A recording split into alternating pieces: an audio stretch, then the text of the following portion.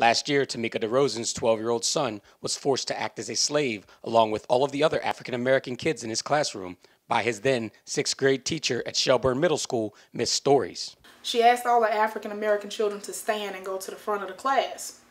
So the African-American students did.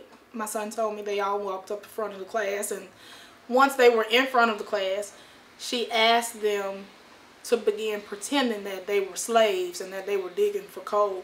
So when my child told me this, as a parent, I was questioning him.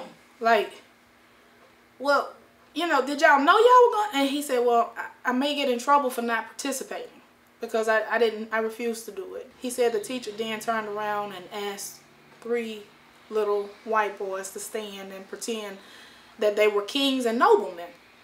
So I said, well, Philip, there was no kings in the state of Louisiana.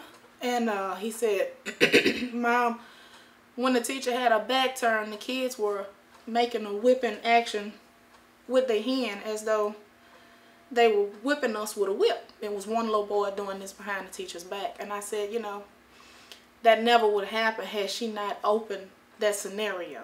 So I said, well, Phil, I'm going to go to school tomorrow and I'll go and talk to your principal about this. And I did. I went and spoke with the principal. Principal told me she didn't understand what had happened. She would find out and she would contact me back. And she did. She called me back and she told me that she had spoken with the teacher and that she assured me, you know, that she apologized and that should have not taken place and it won't take place, that the teacher will go, you know, the teacher would get it under control and not do this again. So I was okay with that, but when I went home and I spoke with Philip about that school day, he said, I said, Phil, how was school today? He said, well, it pretty much was the same. So I said, when you say the same, what do you mean it was the same? What happened? He said, well, when we got to class, she had the film projector up. And on the film projector, she had 4 pictures. It was a picture of the book Roots, and a picture of the man Alex Haley who wrote the book Roots. He said it was a picture of the white actor in the movie Roots, and it was a picture of a slave that was hanging. And I said, okay, so what was the significance of the book Roots to Louisiana Purchase?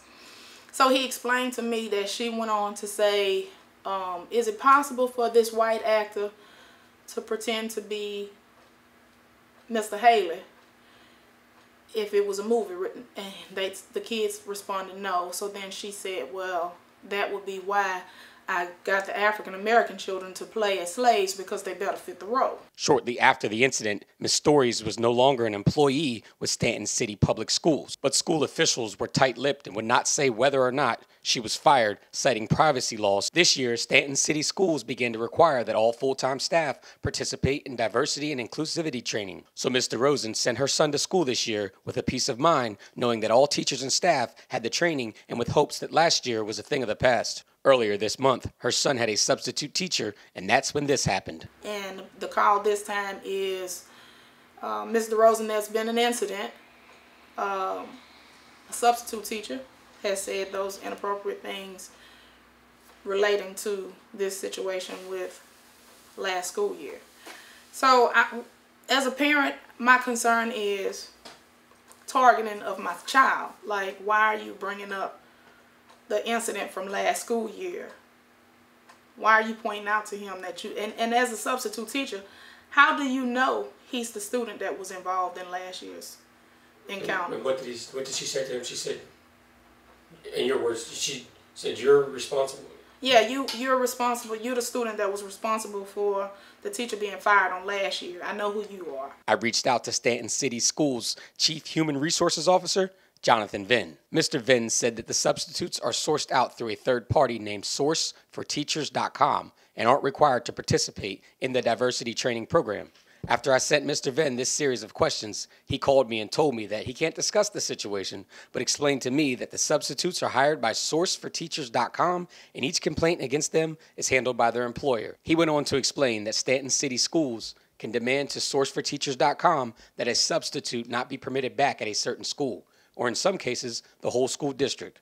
However, he would neither confirm nor deny whether either of those demands were made in this case. I asked Mr. Venn and Shelburne Middle School Principal Jennifer Morris how the substitute knew about Mr. Rosen's son being made to act like a slave. Neither of them gave me an answer to that question, even though I sent both of them a copy of a signed consent and release form from Tamika Derozen in regards to her son. I attempted to contact sourceforteachers.com. I asked them simply if they required their substitutes to undergo diversity training.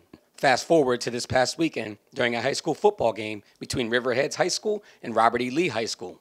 Several R.E. Lee players accused a Riverheads High School player of telling one of the black R.E. Lee players, "Shut up, N-word." And there are countless incidents of racial discrimination, homophobia, and bigotry happening all over the Shenandoah Valley, and the country for that matter. I'm sure that there are a lot of parents that teach their children the right thing. But I'm sure there are some parents that are not. And that's obvious when you have kids using the N-word at school. There has to be some problems at home first. It leads one to ask, will this ever stop? In conclusion, without the right training and proper upbringing, probably not. In Staunton, Theodore Whitelow for Breaking Through.